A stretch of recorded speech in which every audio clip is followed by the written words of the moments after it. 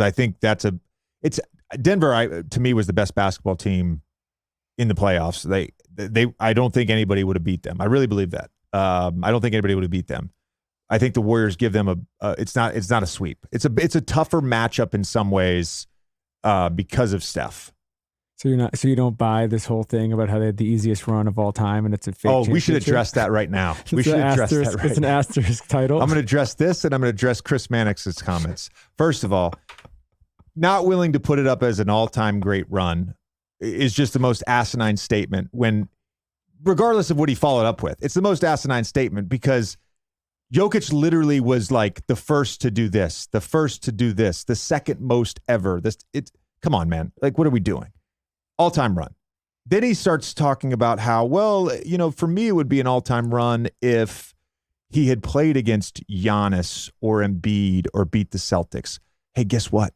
Those teams weren't good enough.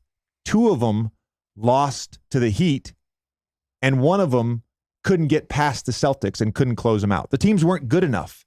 How is that a knock on Jokic? Yeah. I mean, ridiculous. I just don't understand. So Kevin Durant and LeBron James and Anthony Davis don't count. Oh, yeah. Well, I said this the other day.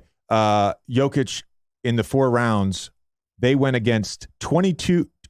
They went against players that had combined for 22 all defensive and defensive player of the year awards, the most all time. And they went against 85 combined all-star appearances in the 4 rounds, the most all time. Come on, man. Also, every time I see that graphic, with the seeds, it's like the Denver Nuggets. They beat the 8 seed. They beat the 4 seed. They beat the 7 seed. They beat the 8 seed. Okay, in 3 of those cases, number one seed plays the 8 seed every year. So there's nothing they can do about that. And if they win that round, they're either going to play the 4 or the 5 seed. In that case, they play the higher seed. Then with the Lakers, man, everybody was picking the Lakers to win the West. Everybody was picking Denver to lose that series against the Lakers. They had the second best record in the league once they made those trades. Come on. Yeah. Come on. And then, of course, the Heat. There's a little bit of an anomaly there, but let's not act like the Heat haven't made 3 conference finals in 4 years and 2 finals appearances. Yep. Like, come on. It's not a... Yep. All right. Good rant. We got it. Let's talk about the Bucks because we got like 90 questions about them. I can't even read all the different people who wrote them in, but the genesis of is what should they do to extend this Giannis run with this roster? It's a really good question.